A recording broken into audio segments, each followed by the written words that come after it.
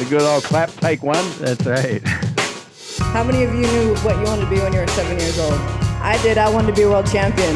Hey, is there honesty involved in this podcast? Can we be honest?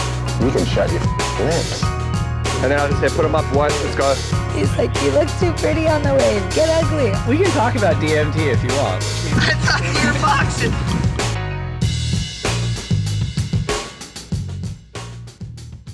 All right, so we have the winner of the Hurley Pro Sunset Beach and the current rankings leader on the 2023 Championship Tour, Molly Picklum. Thank you so much for joining us on the lineup today.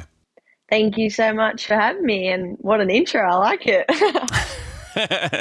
Nice and concise. You know, we're recording this on Tuesday, March 8th. Mm-hmm. It'll air about a week later, but today is the opening day of the Mayo Rip Curl Pro Portugal.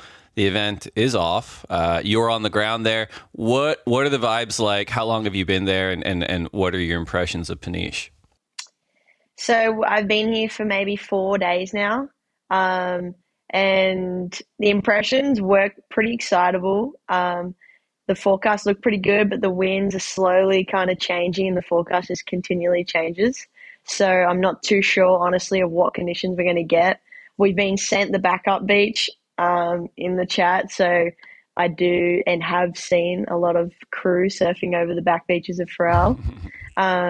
But it's also cold. It took me a good 3-4 days to even fathom or want to take on the cold. But I feel like I'm embracing it now. It's good. It's fun. And yeah, we can smell the fish in the air. So we're definitely in Peniche. There you go. Is this your first time there? It's my second time here in Peniche. But I also have done, obviously, the Challenger events in Irisira. Course. Yeah.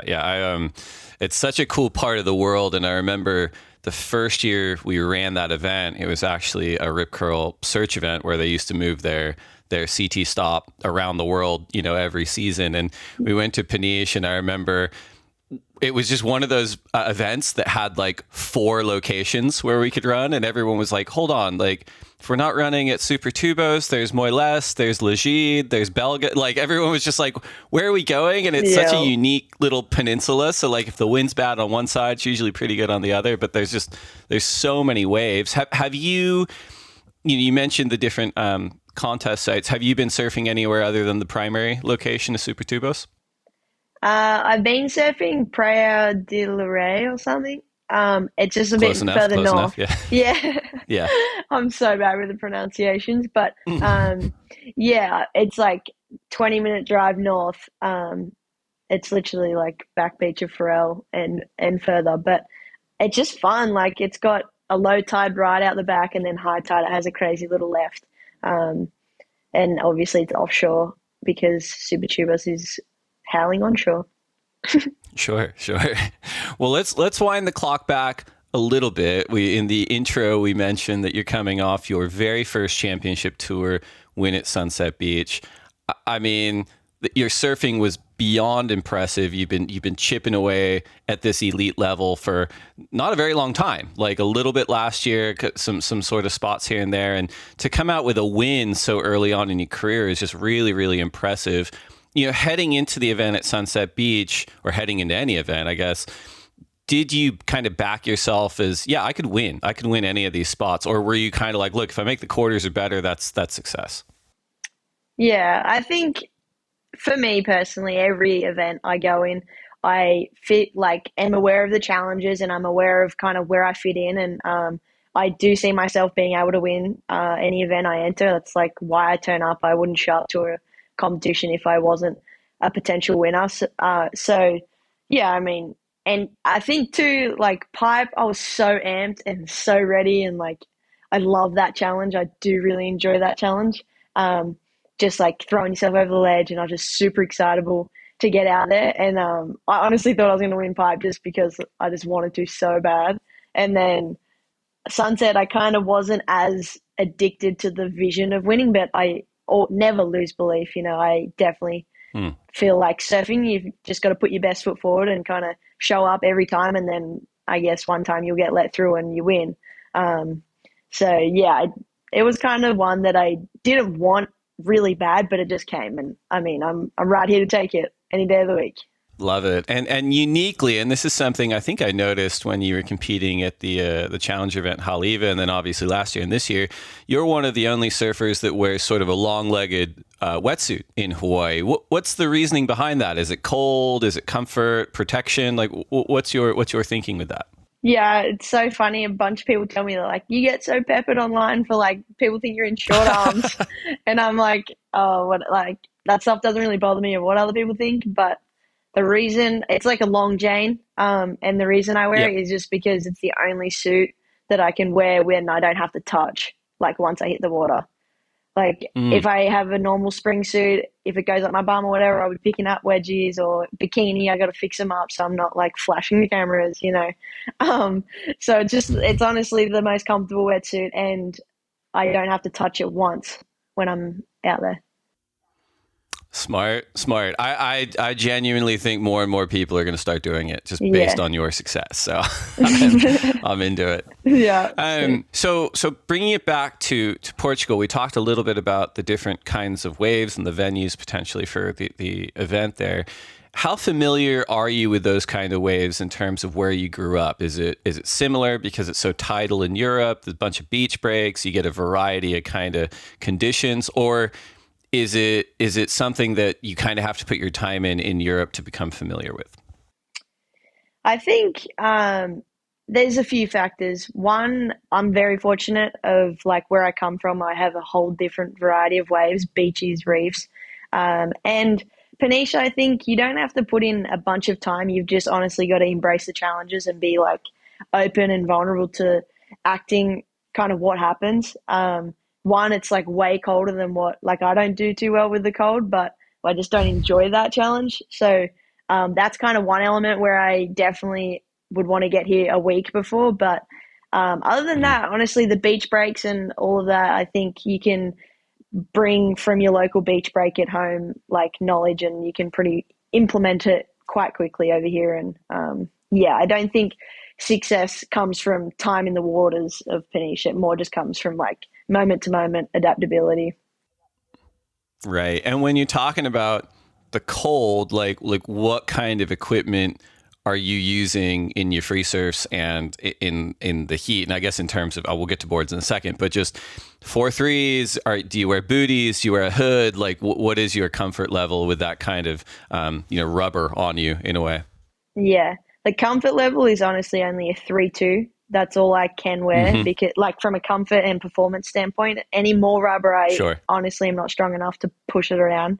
And then any less rubber, I'm way too cold. But I also kind of need not leaking wetsuits because 3.2, like if they're fully sealed and they're not leaking wetsuits, which obviously lucky Rip Curl, I'm fortunate to get wetsuits, so it's fine. But ideally, if I wasn't trying to get the most performance out of myself, I'd be wearing hood, booties, 4.3, just so I can be comfortable. Because it's like aches and pains, and your head screams, like your brain actually screams when you jump in the water every time. And that's interesting too, because does that, just the cold and having to wear, the rubber, does that impact your board choice or just the way that Darren Hanley is building your boards? You're one of the primary members of the DHD team. We're doing the Vizsla CT Shaper rankings this year. You've had a huge hand in them sitting number 3 on those rankings at this point. But do you change your boards from Darren in terms of like if you were surfing the exact same waves, but maybe you're in like board shorts instead of a 3.2, or is it exactly the same? Yeah, I wish I had a crazy answer for you, Dave, but no, I don't change it too much. Just because like my boards I'm working on throughout the whole year, and more batch, not location. So I'm sure like as I get more experience and maybe more years on tour, I'm able to get more fine detail for each event. But at the moment, I'm just working on like boards for the whole year. Totally. Years and years and years ago, Andy Irons was commenting on winning in general, but particularly winning world titles. And he said something to the effect of, everyone wants you to win your first title. And as soon as you win one, you've got a target on your back. And all those people want to go after you. I'd imagine it's not dissimilar to kind of winning a CT event or sitting kind of number one in the rankings. Does it feel any different for you, or are you just kind of visor down, same approach as every event at this stage? I mean, to an element, you visor down and you're like, the job's obviously not done. It's never done in surfing. But to be fair, it's like, obviously I'm so honored to be in that position and I want to take it in because it's definitely a cool thing, being on top of the world right now. And yeah, I think personally, I actually feel no different. I don't feel any more pressure or like I don't want to prove anything. I just have my preset before I got the jersey and before I was number one. Like, I'm still on the same line as that. But I can't deny that there's definitely more noise and more attention and like, so there is different, like it is a bit different from externally, but internally I honestly haven't felt anything besides just like having more commitments or like noise, just like the other noise. But to be fair, I'm so grateful for that because it brings so many opportunities for me. Of course, of course. Well, we're going to take a quick break to get a word in from our sponsors. And when we come back, we are going to dig into where you came from. So we will be right back.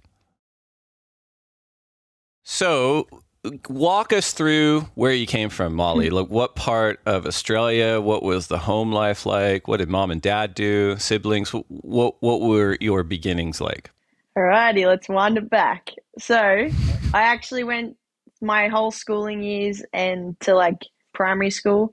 I was inland 15 minutes at a place called Berkeleyvale. So I never got to the beach until the weekends. And I used to play a lot of touch football on my weekdays because that was like the closest thing to us was an oval, and all my friends used to do that. And then I hit high school, grade 7, and I actually moved really close to the beach, like walking distance. So that was quite the change.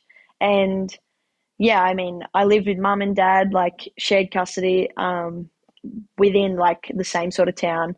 And I mean, when I moved close to the beach, it was like, that's when the surfing bug kind of really started chewing, and I surfed before school, after school, every single day. And then from there, I just like kept going on trips. My mom and dad, they're like coasty people. My dad surfs a little bit, but none of them are like great surfers by all means.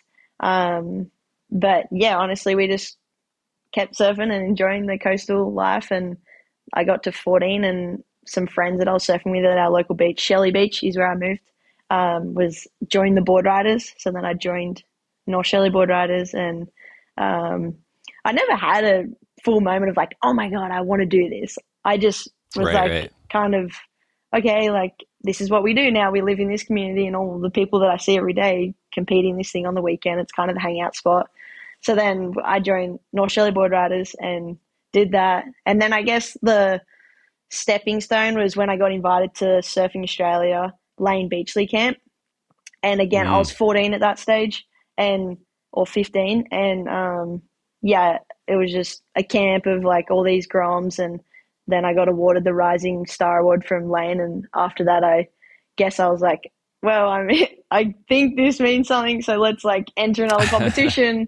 And then from there, I just started competing. And it was so funny too, because the early days I used to like get the biggest tantrums, and I don't know, I was just so off it, and because I just felt like I'd serve better than these girls, and then in the heat I just couldn't show it. So I was just like, I was just baffled. And then anyways, as I learned, I eventually started working with Glenn when I was like 14 or 15, like the end of that year. And I learned so much from him, and just like how a heat's like one totally different thing to free surfing. And then from there it was like, I kind of just went on under Glenn's wing and learnt a bunch and traveled a lot by myself or with him or with friends, and kind of just left home and family behind and went for it.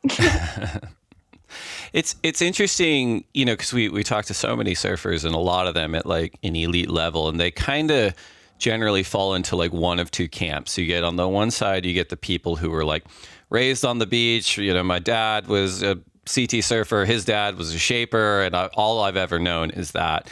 And then you get this other camp of people who they get the surfing bug, but maybe it's not as accessible to them, you know, like where, as you pointed out, it's like if I did all my schoolwork and played all my sports and was good, like I'd be able to surf on the weekends, which every single time you talk to one of those people, they say, yeah, that really drove me to like want it and appreciate it. And so like when I would end up at the beach, I would just surf all day because it's like, hey, I don't get to come back here every day. Did you find that was the case with you as well, where you were just like, hey, cool, I don't care what the conditions are like when I get to the beach. I'm here to surf. Yeah, I think it was interesting for me because my mum ex-partner was a surf school coach. So, I mean, he had lessons all day for Saturday and Sunday. So it was a given. And as a kid, you don't have a choice. Like, it was a given that I'm going to be at the beach, but it was just whether I wanted to join 8 classes or 2 classes or none and build sandcastles. And I just found, it was really enjoyable to follow him around and like sit up. And I kind of could feel like the teacher, you know, at 12, I knew enough to like try and help these older ladies or guys push them into waves. And it was more just like being in the water because I had no other option and it was fun. And I liked socializing and got to connect with people. And I just don't think as a young kid, I never was like, made a conscious decision. It was just like, it kind of just happened. Right. But when that's cool. And when you say you didn't make a conscious decision to become like a pro surfer, that it was more gradual and like before you realized that you looked around, you're like, I'm a pro surfer. But it does sound like there was a moment where you realized, hey, I'm pretty good at this, whether it was at the Rising Stars, you know, Lane Beachley camp, or at some point where you were saying, I should be beating people. So you had an awareness that you were pretty good, right? Yeah, for sure. I mean, that was Instagram for our generation. Was like, I had my clips and then there was their clips and I thought mine were better. So then I thought in a heat it was like a given you win. So and too, I come from a town where there's great surfers like Ace and Macy and of course, you know, Wilco and Wade, like this, and Glenn. It's like, so, and my board riders, like everyone had awareness, but no one ever actually told me like, you're good. They were just like, I don't know. It was kind of more of a humble, like, you know, like that was a sick turn. And obviously I started to realize what a sick turn was and felt that I was doing a few of them. And then, but I was never told like, you're the one or anything like that. Right. Yeah. Well, maybe when Not you get back young. after this leg, they're going to be like, hey, you know. But that's actually really interesting when you talk about you're assessing the competition on Instagram clips, but then you have this hometown of world-class CT surfers, because it's something we talk about a lot on this podcast too, where, you know, before the internet, like most people around the world, like their reference point for really good surfing was just the best surfer at their beach. And now with the internet, you can access like what's everyone doing everywhere all the time. And you can go, wow, okay, that's an interesting approach to that kind of section or whatever it is. But for you getting to experience both, do you think there's a difference, like in terms of what you absorb from like, okay, I watched that clip on Instagram, I thought these things, I learned it. And then, you know, I went out and watched Macy Callahan or Ace Buchan surf in the flesh and I learned something completely different? Or was it pretty much the same for you? I think early on it was just like at the beach, and that's why I actually started competing, because I felt like I could surf as good as these girls. And at that stage they were still beating me. But that's where I kind of did it, was from what was happening within my town. And then as you kind of start to excel, I feel like out of your town, then you start looking or like seeing those clips and Instagram and whatnot. But I think too, there's something to take in of like when you're in the flesh with those surfers, because you just pick up different things, because it's like from different angles or like, and then on Instagram, obviously you pick up whatever you do from there. But I think there's value in seeing both ends of that for sure. Yeah.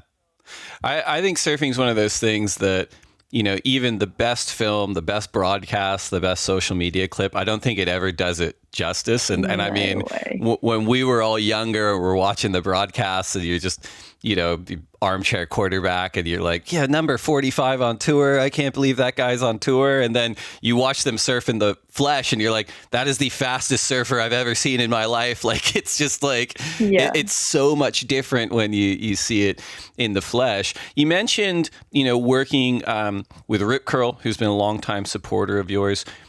obviously you kind of had this trajectory where you were very, very good. You were achieving a lot very young. When did the sponsorship stuff start to come in for you? At what age? And what were those first experiences like with you compared to now, right? In terms of how you kind of view sponsorship?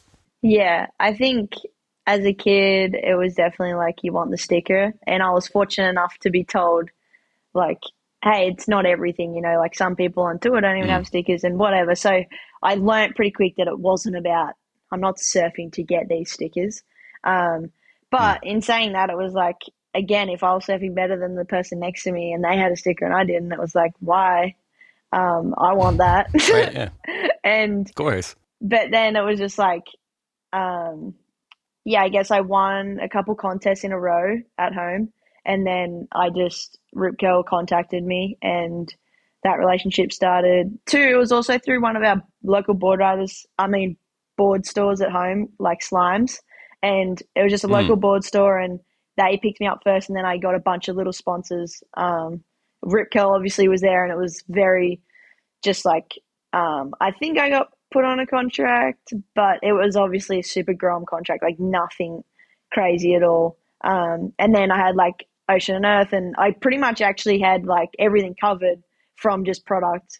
And then, and it more still felt through the board store, all the sponsorships. And then once I just excelled a little bit more and then I pulled away from the board store and then all my sponsors I grew relationships with them and then, I really enjoy the whole sponsorship dynamic, to be fair. I really see value in it, even with it, take away the money and the wetsuits and whatever. It's just like the relationships you build and the like support systems you can rely on all around the world. It honestly makes a difference and it's crazy how lucky I am to have like Rip Curl and Red Bull, the greatest support ever.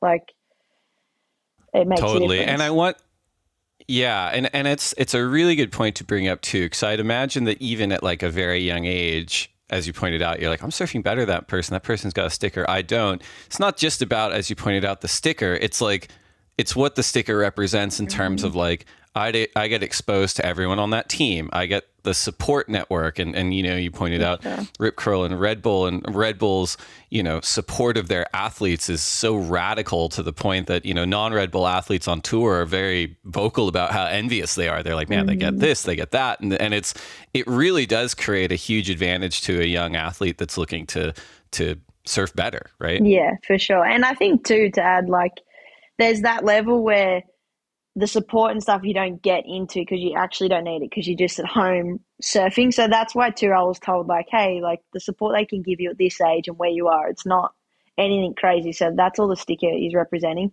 But then once you get I think it's more once you start traveling internationally or like very far domestically. But I just think once it starts to get a bit more extreme, that's when you need the help and the external help from like, especially when you're doing it young, because you need good people around you. You need like I still can't even hire a car by myself. Like, sorry, you can't even do it by yourself, and leaning on people to pretty much chaperone you around while you're young. So yeah, it's definitely, there's a lot of value in having sponsors once you're like going internationally. For sure. And it's such a good point you make about like, it's a little bit like you grow to be the biggest you can be in the pond, and then you get to a bigger pond, right? And I was fortunate enough because of relationships with Jessie Miley Dyer and Kate Scarrett and Kate Wilcombs, who I think was working with you when you were pretty young, and was hearing about you coming out of Australia. It's like, oh my God, this kid Molly Picklum, oh my God, and you're like, oh cool, that's great, But the first time I think most of us got exposed to you is in your really scene-stealing turn in the Von Blakey Rip Curl Postcards from Morgs, where not only did you have pretty fantastic acting chops, but then your segment kind of blew everyone away.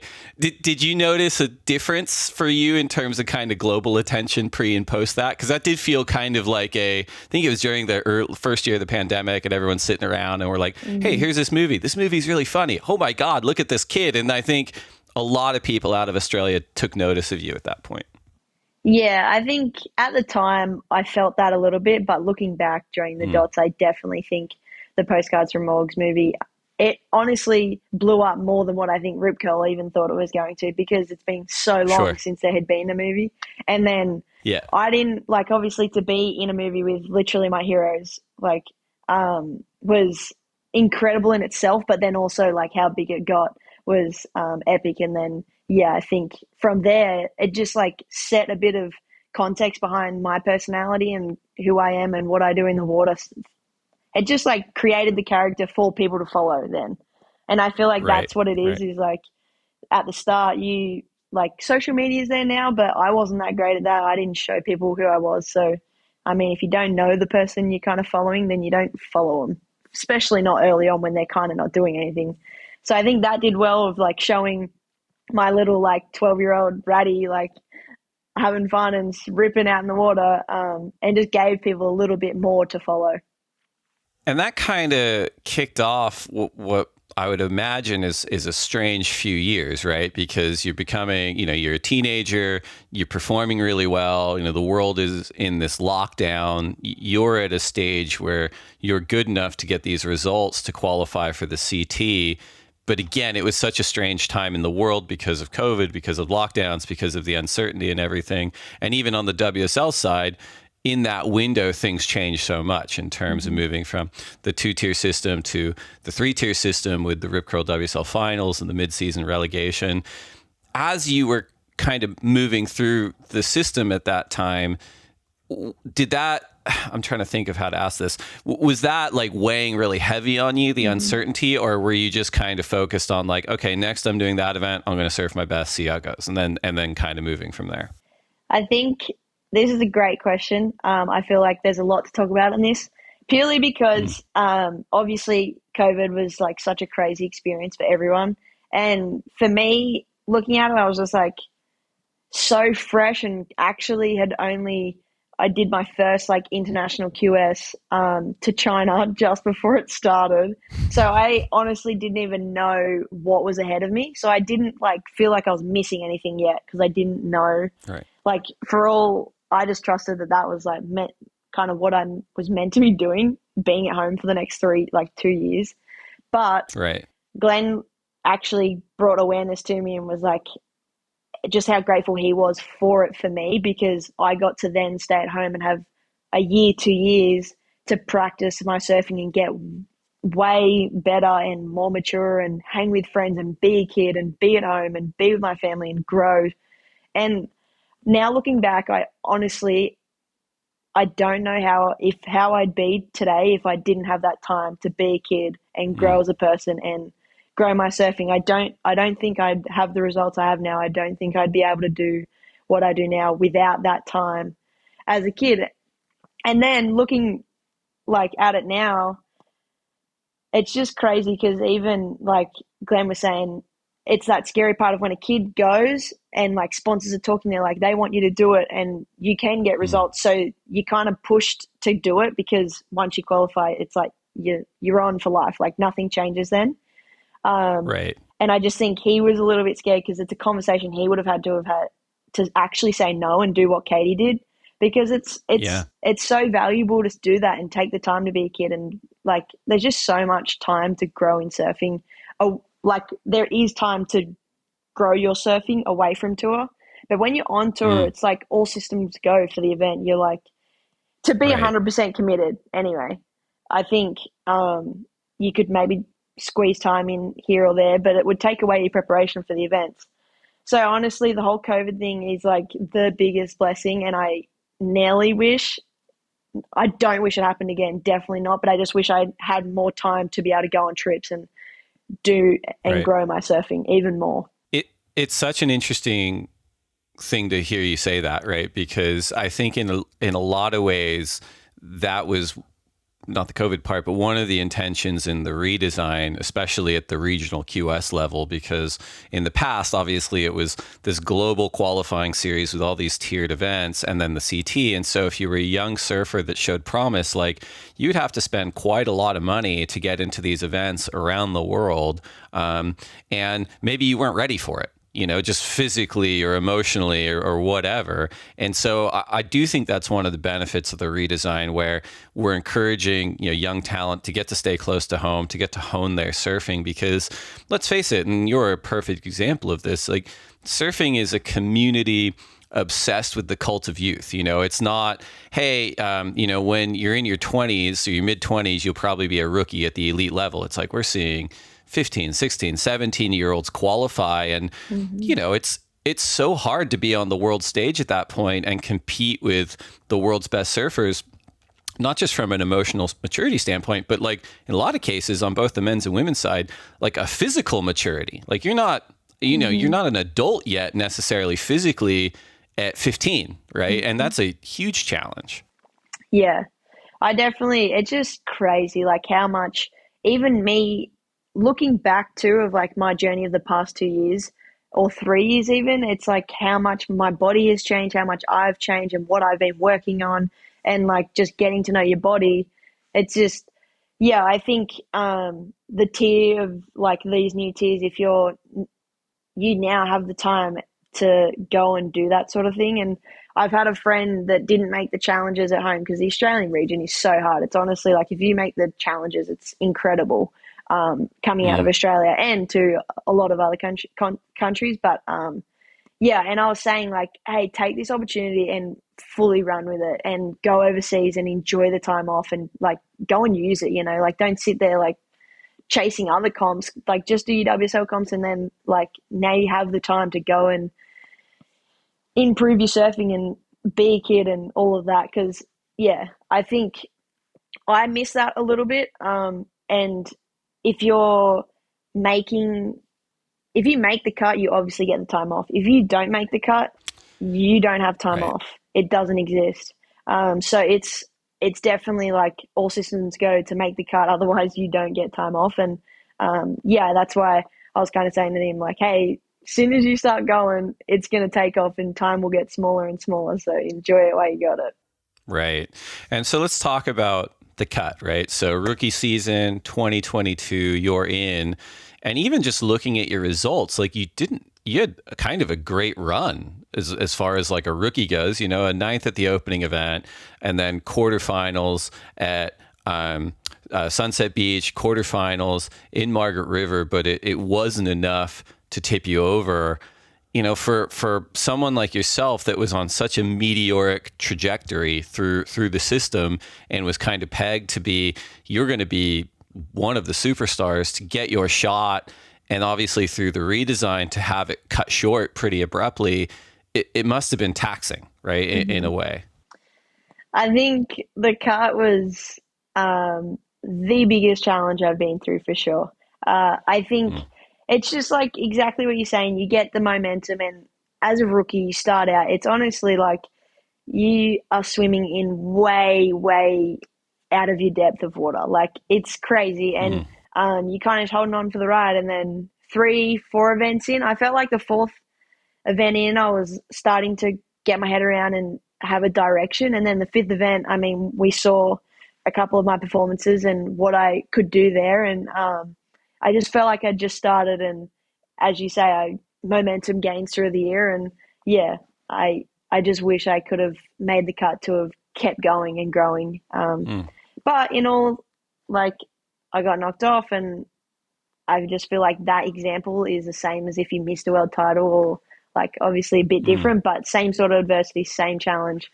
And it made me grow so quickly because I had to overcome these things to then keep the dream alive, because Margaret River finished 3 days later, Snapper started. So it was quite a quick transition. And yeah, I mean, that's the roller coaster of surfing, and the cut just enhances the ebbs and flows of it.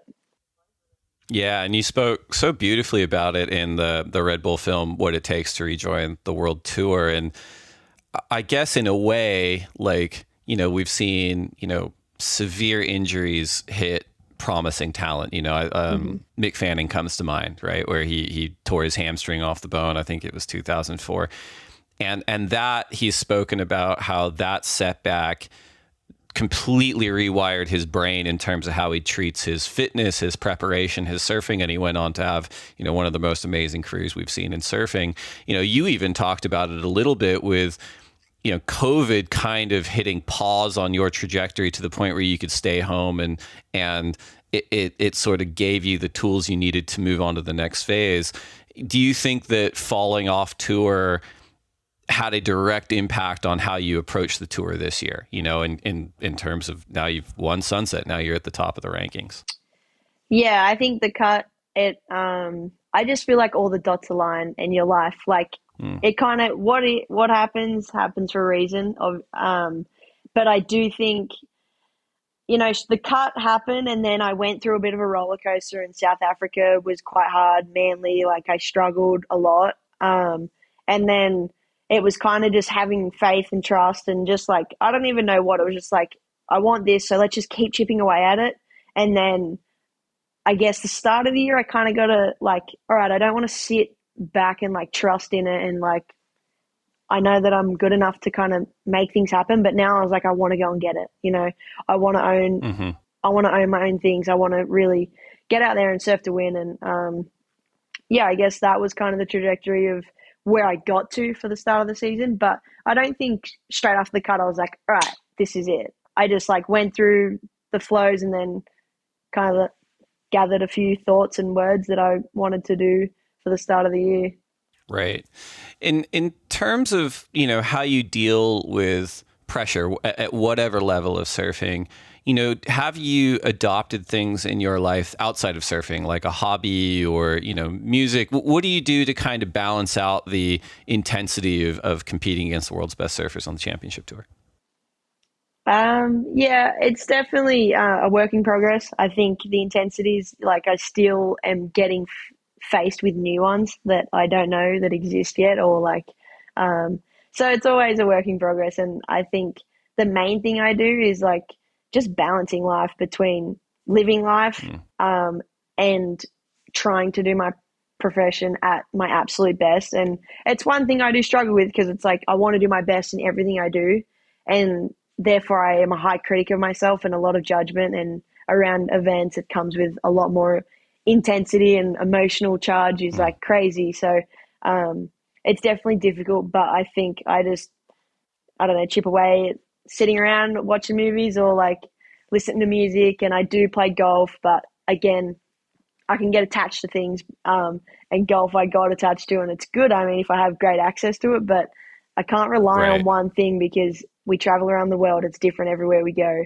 The access is different. So it's honestly just a balancing act, and I'm just like open-minded to always try new things, and just see what works. The balancing is such an interesting thing to observe in surfers as they kind of move through the course of their career, because, when they're really young, it's a lot more common to see, oh, I was out there for 4 hours. I surfed literally every second I could today and I'm on my competition board. I want to be as sharp as possible to surf against the world's best surfers. And then you see this as surfers kind of mature on tour, and even the ones that are still winning CT events or winning world titles, it does seem like they've cracked that balance a little bit, where, sometimes they're surfing maybe 30 minutes a day or an hour a day, and they're just fine tuning these pieces, and then they're working on their bodies, or they're working on their minds, or they're balancing that life out in a way that makes a lot of sense. But I can kind of relate to that, because I think when you're younger, you go, oh, man, I'm insecure about my own surfing. I have to surf as much as possible to surf my best. Where do you think you are on that kind of timeline in terms of balance? And, I guess my question is, when you go to surf, are you out there for 4 hours, or are you out there for an hour? Yeah, I think I just want to start off by saying I'm one of the very fortunate ones that have been given light on perspective through like having Glenn and psychologists at Surfing Oz. Like, it's crazy where I can see the balance and draw confidence not from surfing for hours, because I'm someone that is me in a nutshell, is by doing the hard work to hide my insecurities and like motoring to the finish line. But I've been fortunate to have a new understanding of like life. One, our energy is it's kind of quality over quantity. And I think that in a nutshell is what I strive for. And just like the balance of listening to your heart and feeling what you want to do around events rather than needs. I was someone who always ticked the boxes and like I'd do anything to win, and it came at a cost of like just not it. You don't gain trust in yourself because it's not coming from like within. It's just coming from kind of band-aiding it over by 4 hours of surfing or riding 10 boards or just like unintentional kind of work. So I honestly think I'd say I'm halfway from being the 4 hour, just like head down, doing all the work to cover up and gain confidence, or like having complete confidence in everything you do and your process and everyone, like there's many different ways to skin the cat and you do you. Right. So I think I'm halfway along that. But again, I feel like that is the balancing act around events, is finding where the work has got to be and how much it is to how much take care of yourself and what your needs are. So, yeah. Surfing, I was going to say surfing's so unique in that respect too, right? Because Ryan Callanan was on the podcast a while back, but he was talking about having to manage injury in surfing. And he goes, surfing is so fun, that like we all want to do it, even if we're not doing it for our jobs. So it becomes really hard to say no to, another wave, another session, another contest, another free surf trip. But he goes, you kind of have to figure out internally when to say that that's enough. And I need to kind of manage this other part of my life. And again, like we talk about all the time at the WSL, it's like, F1 drivers on their days off, like don't go driving for fun, but the world's best surfers probably do because it's such a fun activity. So it is probably uniquely challenging to kind of go like, yep, that's enough. I'm good on the surfing for today. I think on that point too, it's like so true. It's like your hobby and your profession, and same with tennis players. They retire and don't want to even look at a tennis racket because they're so scarred. Sure, right. Yeah. So it's definitely interesting for us. But again, it's like if your goal is surfing, it is really hard to kind of pull it apart, whether it's a hobby surf or if it's you're trying to get better surf. And I guess that's something I struggle with is like, well, I used to. Now I have awareness around it and try and make intentional effort to either, okay, this is a hobby surf, just go have fun. There's no expectation. But it's because I want to get good quick. And I think I was obsessed with that a little bit ago. And so every surf became a job, and I lost, like that was kind of around the cut. And after it, I was so determined to get back and get better and be good enough to be the world's best that you kind of, it ends up feeling like a chore because you've just like your brain just so focused every time and you don't get to enjoy kind of why you started and what is so enjoyable about surfing. Sure. So I think it's nearly a trap, honestly, like sitting there just waiting for you if you're not like onto it, because you don't know when to say no because it's either a hobby and you think you like doing it for your heart, but let alone you're there judging yourself and being a critic because you're falling off or whatever. It's such an interesting way you put it too, like because it is. We've heard this from surfers who like fall off tour and become not fall off tour, but surfers who, well, some of them do. I guess some fall off tour and some decide to go like, I'm going to be a free surfer now. And then you catch up with them, 6 or 12 months down the road and they go, it's actually pretty difficult to do this because at least the tour provided some structure. So they'd be like, I'm at home and I know that I'm going to J-Bay, so I'm going to go look for right-handers. And at least that's kind of like, it's at least kind of a focusing variable in terms of deciding, okay, what am I going to do today as a surfer? And I think you hit the nail on the head in terms of balancing, like it's good to decompress and have those hobby-based expressionist surfs. But in terms of getting very good very quickly, like it is good to have goals and structure. I mean, even on a very tiny level on myself, like I remember my twins are 9 now, but when they were first born, you get like minimal amount of time to surf. And I'd be like, okay, I got 45 minutes to surf. And I'd come out of the water and be like, man, that was like the best I've ever surfed because I've got 45 minutes, just catch your waves and surf all the way, as opposed to like, I've got 6 hours. I can just kind of float around and do whatever. Yeah. But it's interesting to hear you talk about that. You mentioned tennis players, and I think that's a great segue. We are recording today on International Women's Day. The WSL's planning on celebrating this all month.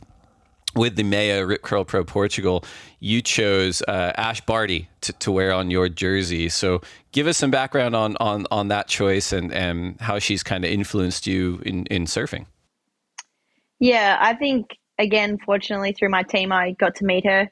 And I'm someone that doesn't like get inspired by people through social media or like what they do. It's more like who they are. And then getting to know Ash like on a bit of more of a personal side, I got to know her story. And then, yeah, I mean, what an amazing story. She like pursued the career of like a young age where you're naive and just going for it. And then like decides to walk away. And again, that's pretty relevant to what we're talking about, where she maybe not had the COVID where you can be a kid and have your family time and all that sort of stuff, and you walk away. And I just really have a lot of respect in her and how she approaches the way, like on what decision she wants to make. It's just like through herself, you know, and what she wants to do, and just like owns that and goes for it, even on the extreme levels at the most insane pressure from sponsors, that her own team, you know. And I draw a lot of inspiration from that particular part of her story, because I feel like for myself, I would easily just like do what everyone says because that's easy. And like, I don't know, I'm just a people pleaser and I want to do that. But what my heart says is something different. So that's kind of where I drew a lot of inspiration from her, of like, at the end of the day, she wasn't happy, and she made some really bold moves, and she's the happiest person alive now. So I think that's incredible, and that's why I want to wear her Ash Barty's like Barty on the back of my jersey. And also too, she's just a legend. She's a straight Aussie. We can have a good laugh, and yeah, she's just epic. That's awesome. We got a couple more topics to get to, as well as some listener questions, but we're going to take one more quick break to get a word in from our sponsors, and we'll be right back. You know, you mentioned before, Glenn and him talking about, another young woman on tour, Katie Simmers, and Katie deciding, not to take her spot on the CT and get another year of development before she's joined this year. But it has been this real seismic shift for women surfing between yourself, Caitlin, Betty Lou Sakura Johnson, just a number of young, mega talented surfers coming onto the CT. Do you interact with Katie and Betty that much? Are you guys aware of kind of your at least positioned as this generational change in women's surfing, or are you all kind of focused on your own programs? I think, as we say, balance, I reckon we're right in the middle, where I'm really good friends with Katie and Betty Lou. And I think Katie's like definitely unique in the sense where she's just doing her thing and like finding her balance of just like free surfing a bunch and living life. And it's so fun to hang out with Katie. And then, but I do think we all know, I know Betty Lou and I have definitely spoken about it, of how, we are the next generation and we're pushing. And I mean, we're kind of naive if we didn't know. Everyone's saying it, everyone's talking about it. And we definitely feel that. And we kind of both look at each other every time, and we got at each other's back, and we really understand and can relate of like our stories and what position we're in right now. So we're always kind of like looking at each other and giving a little fist bump of like, let's go,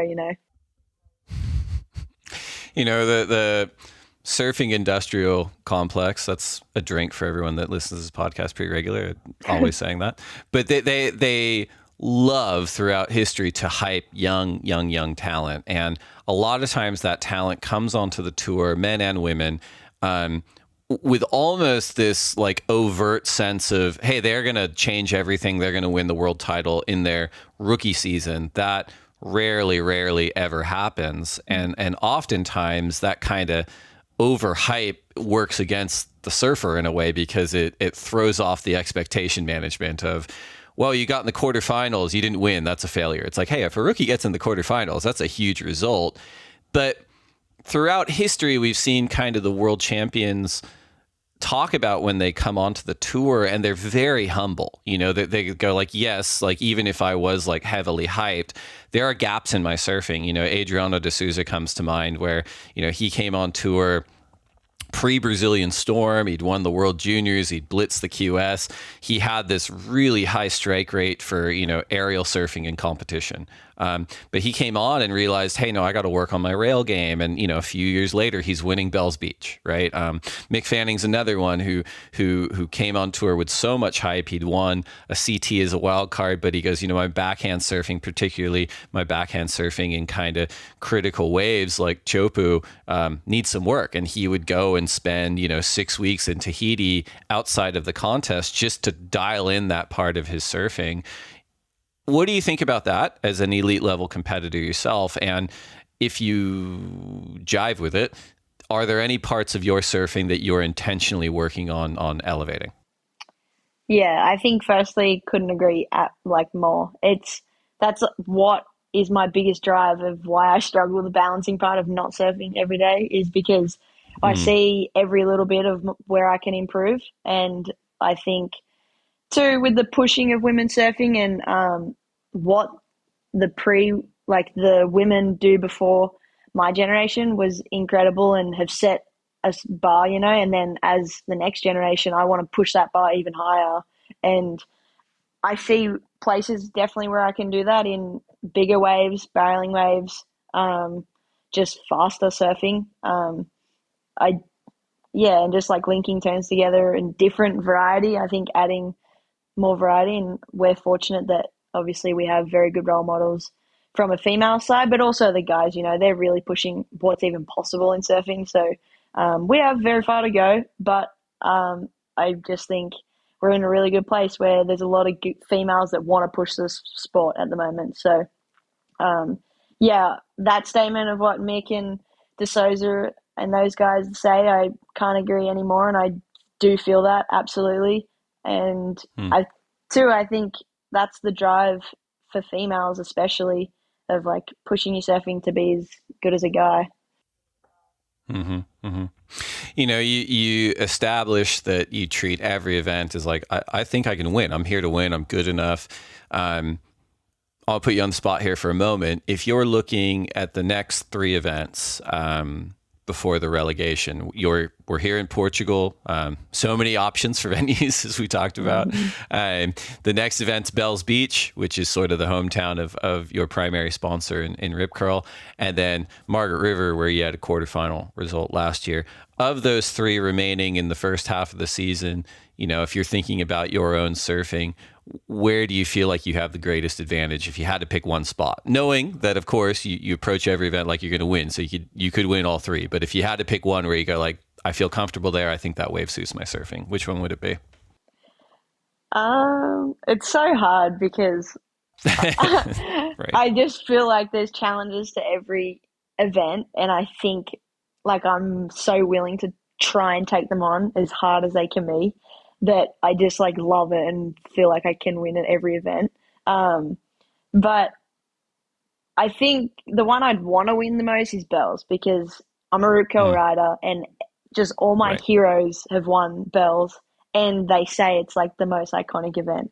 So from that standpoint, I'd say Bells. And for my surfing, I think if it's airs, like I love trying to go to the air. I love throwing myself over a ledge into a barrel, which is Beniche, and obviously just doing big turns in big sections. I'd say like here is favourable to me for that, but it's so hard because I just see myself, say if it was all barrels, I'd be like, that's me, because I just love it so much. And I just think they're kind of similar in a sense. Like Bells and Morgs, Bells are just a more like nicer look to Morgs. It's just like you big, you're going forehand, big turns, like rail turns. So yeah, I'm going to say Bells just because I think Bells is sick and I can do a big carve, and I've just got to do a couple of them on a few waves, and that's a win. I like the selection. I like it a lot. Australia, it's interesting, right? Because every country, every region kind of treats surfing differently. Like it's essentially a mainstream sport in Australia. In America, it's a popular sport, but nowhere near kind of the other ones. But Australian surfing, it's so respected, and you've had such an impressive history of champions. Specifically on the women's side, your exposure to them seems pretty intimate. You mentioned going to the Rising Tides camp with 7-time world champion Lane Beachley, and you're on the same rip curl team as 2-time world champion Tyler Wright. And, that's a program that Steph Gilmore was a part of for years and years and years. And now she's with Roxy. And your CEO these days, Brooke Ferris, was working very, very closely with Lane Beachley. She worked very closely with Steph Gilmore and Tyler Wright. So it seems like one of the ideal scenarios, especially when you combine, surfing's Yoda in Glen Hall in your camp. Like, you've had exposure to what it takes to be the very best surfer in the world. Do you feel like you are on pace to represent Australia at kind of that level? Do you feel like you're next to be the next Australian women's world champion? Yeah, look, I think firstly, like, what an honor for me to have women like that before my time to set a pathway for myself to have a career. I just think it's incredible, and the access I have is unbelievable, and I'm very aware, and I'm so grateful for that. And two, I just think, like, I want it, and I feel that I am looking at it the right way, and I just say, why not, for sure. I think I definitely could be. And then obviously Sierra Kirsch is going to be nipping at my heels. But for Australia, I think for sure. And I wear that in absolute honor. I don't feel pressure, and I feel so much love and support for, honestly, if I fall short of being that or whatever, I just already feel like I'm a pretty good role model for young Aussie girls to try and give any sport a go, to be fair. So that's kind of what I wear. And I definitely think I can push it further and be the next Australian world title holder. Well, I couldn't agree more. Thank you. Before you go, we did put out a feeler for questions to the folks that follow us on Instagram at the Lineup Pod. We got a lot for good. you. Bit of Let's answer all. Yeah. We're gonna stay all day. All day. No, we've whittled it down to 3. First question is from @Veronica Miller 23456, who asks, what surfing maneuver brings you the most joy? Great question. I think doing an air reverse or making a really deep barrel is the sickest, because they're the hardest. Good answer. Next question is from, holy smokes, @Dav1D, I guess that's David, Carson.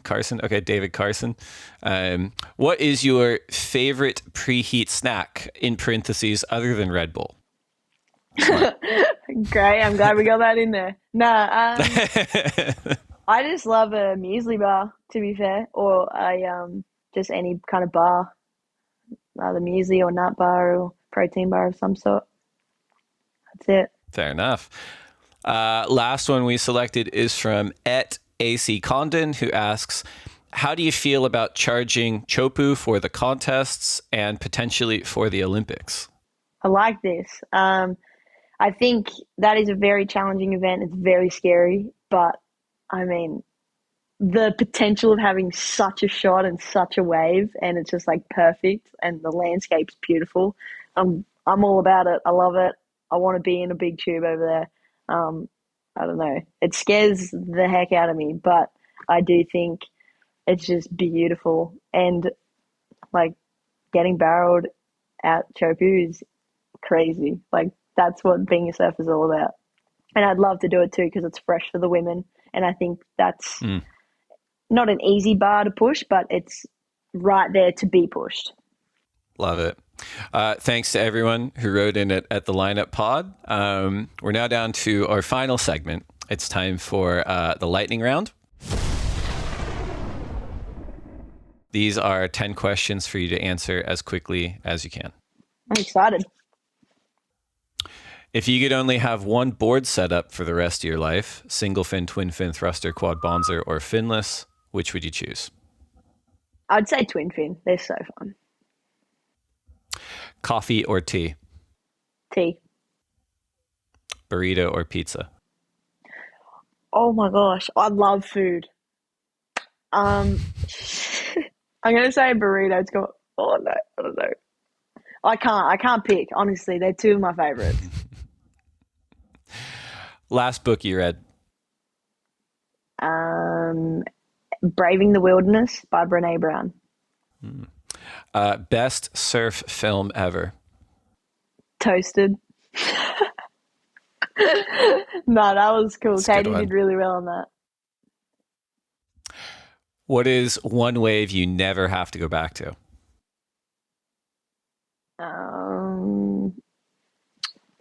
I definitely have one here. I just forget.